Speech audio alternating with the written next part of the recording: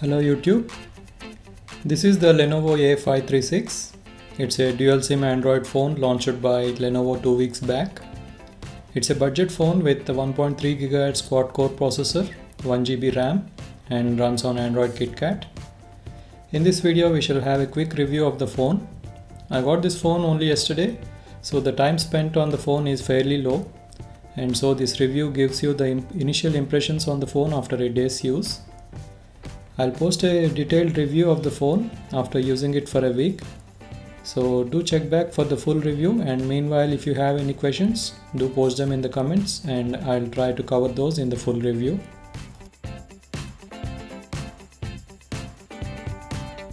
So to start with, this is the stuff that came included with the phone. Some product literature, USB cable, headphones, USB charger, a TPU case and a screen guard. Except for the headphones, all the other stuff included seem to be of very good quality.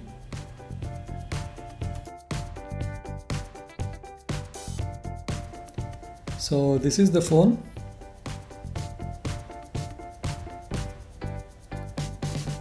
On the front we have the Lenovo logo, the earpiece, LED notification light, front camera, 5-inch display and the capacitive buttons below the screen. These buttons are not backlit. The volume rocker and the power key, the microphone, the micro USB port and the headphone socket on the top. On the back we have the primary camera, LED flash, secondary microphone, loudspeaker grill and the Lenovo branding. There is a chrome rim around the front of the phone. The whole of the front side is glass. The back is glossy plastic. It's all plastic but feels just right. It doesn't look cheap, but if we compare it to Moto E, it feels inferior.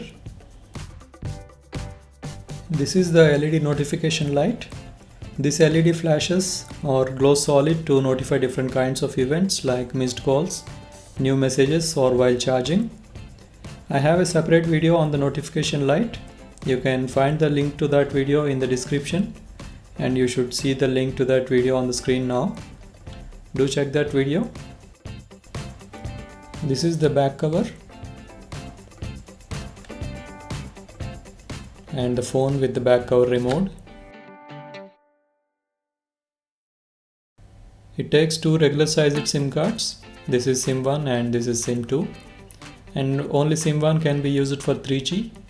This is the micro SD card and it supports up to 32 GB.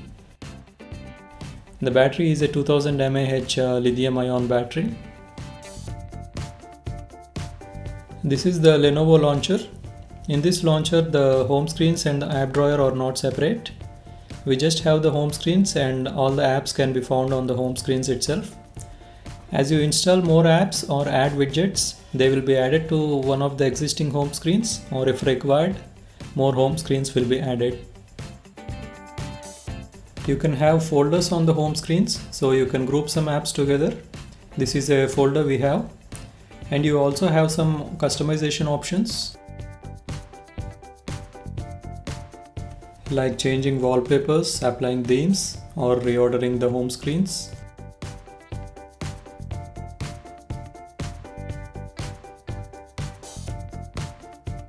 Let us have a look at the device specifications. This is the Antutu application. I have run this application and the phone has scored slightly above 18,000, which is decent and pretty much what we can expect for a 1.3 GB quad chip. Looking at the device info, we have the Lenovo A536 running Android 4.4.2. CPU is MT6582, Mali 400 GPU. Resolution is 480 by 854 pixels and a 5 megapixel rear camera. 965 MB total RAM. System storage is 4.97 GB. That's the storage available to the user out of the total 8 GB internal memory. And this is the memory card. Let us look at the storage section in the settings. This is the 8 GB SD card I have installed. And this is the phone's internal storage. Out of the box there was around 4.5 GB available, so almost 3.5 GB was occupied by the OS and the pre-installed stuff. Now with some more apps installed, we have 3.22 GB left.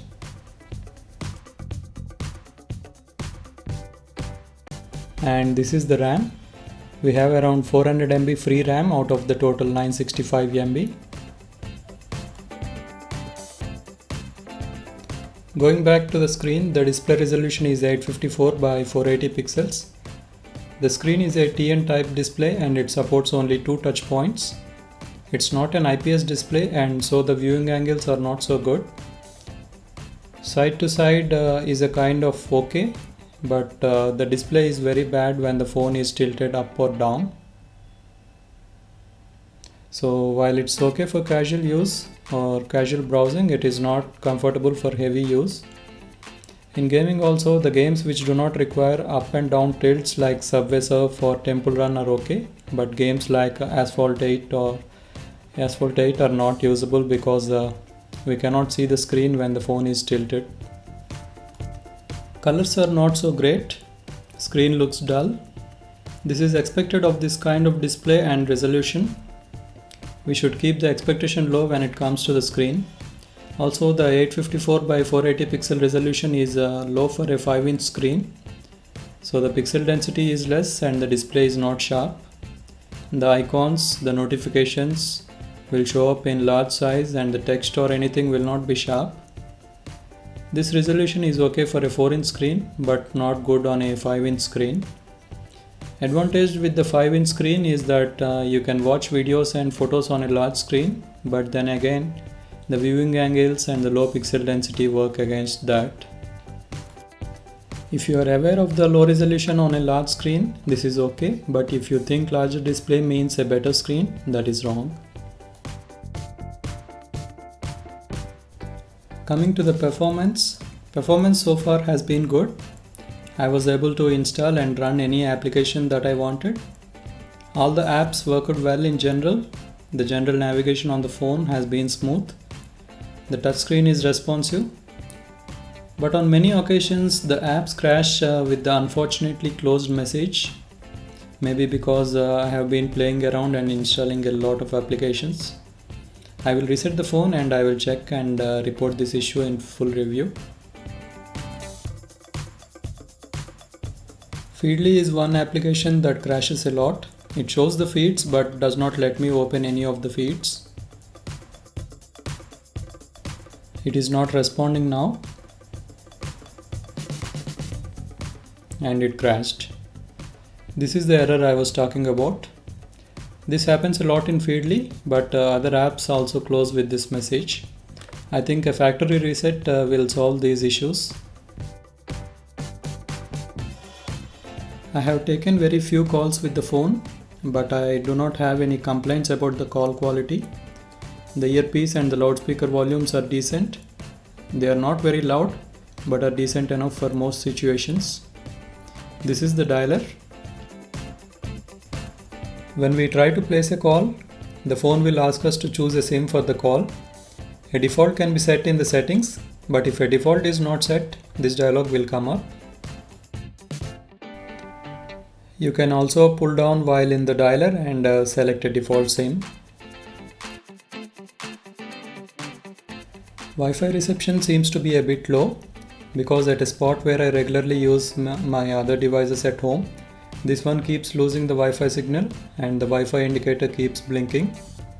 So comparatively, I'd say Wi-Fi reception is slightly low. Coming to the camera, the primary camera is a 5 megapixel autofocus camera with LED flash, and the front one is a 2 megapixel fixed focus camera. The camera turned out to be actually better than what I expected. Both front and rear ones are good. The pictures turned out to be decent even in normal room lighting. The videos are also good. There are different settings available and I am yet to check the resolution at which the camera is taking the videos. The screen is actually normal now, but from the camera's point it is tilted, and as you can notice, Some part of the screen appears dark.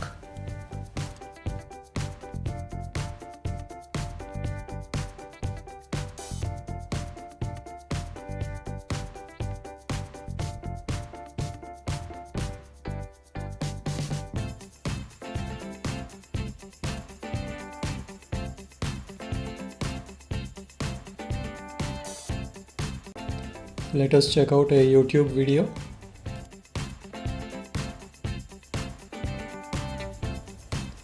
This is a full HD video, but we get options only up to 480p. So I think that's the maximum the phone supports. I tried with different full HD videos, but the maximum option is only 480p. Here also you can notice that the right part of the screen appears dark. That is because the phone is towards the right of the camera. It gets better if I move the phone to the left.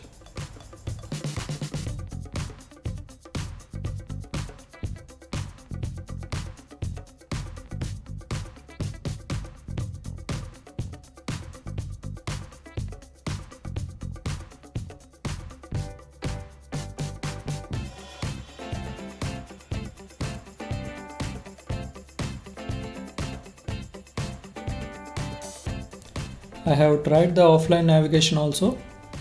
For offline navigation, the phone comes with the Route 66 navigation app pre-installed.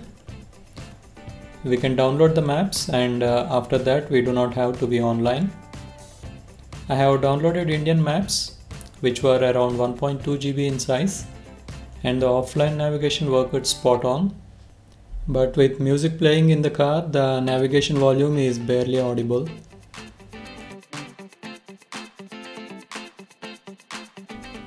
When it comes to gaming, again the viewing angles are the culprit. I tried a few games. The gaming performance is smooth, but the experience is spoiled by the poor viewing angles.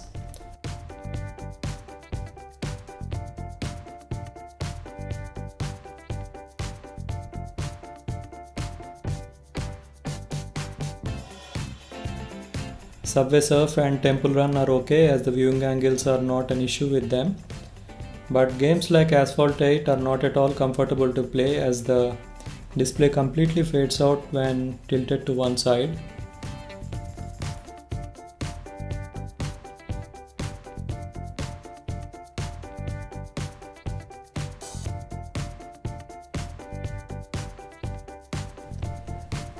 Finally, coming to the browser. The phone came with Chrome and Android browsers pre-installed. This is the Chrome browser. Page rendering is good. Pan and zoom are a bit choppy at times, but not really a big issue. The viewing angles play their role here too. Even with the slightest tilts, the text begins to fade. So that's again a problem.